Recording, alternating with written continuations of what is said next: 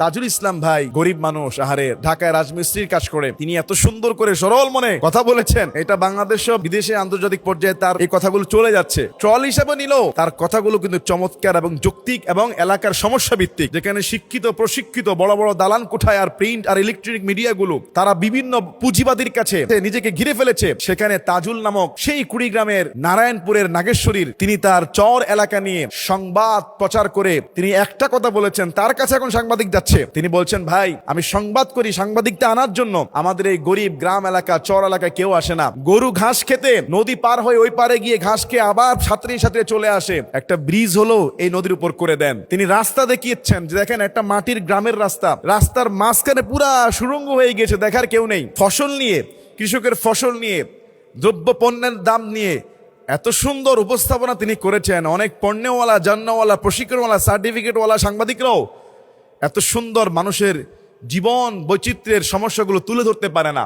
যেখানে আজকে তেলবাজি আর টাকার কাছে, পুঁজিবাদীর কাছে সংবাদপত্রগুলো বিক্রি, সেখানে তাজুল ভাইকে স্যালুট জানাই। তাকে নিয়ে চল না করে তার জন্য দোয়া করেন।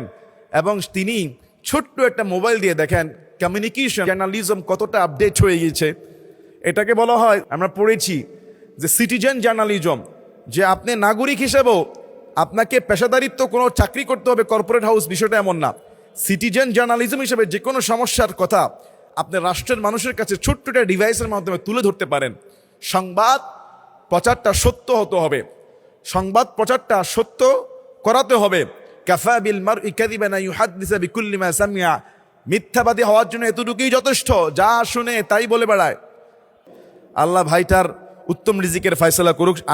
আটজনের সদস্য ঘরের ভিতরে, বাবা মা প্রতিবন্ধী, শ্রবণ প্রতিবন্ধী, আল্লাহ যেন ভাইকে উত্তম প্রতিদান দান করে এবং এই সরল মানুষগুলোর খেদমত যেন জাতি যেন কল্যাণ লাভ করে। নিশ্চয়ই দেখবেন এখন সমাজের বড় মানুষের টনক পড়বে ওইখানে, কারণ তার ভিডিওগুলো সোশ্যাল মিডিয়াতে পৌঁছেছে।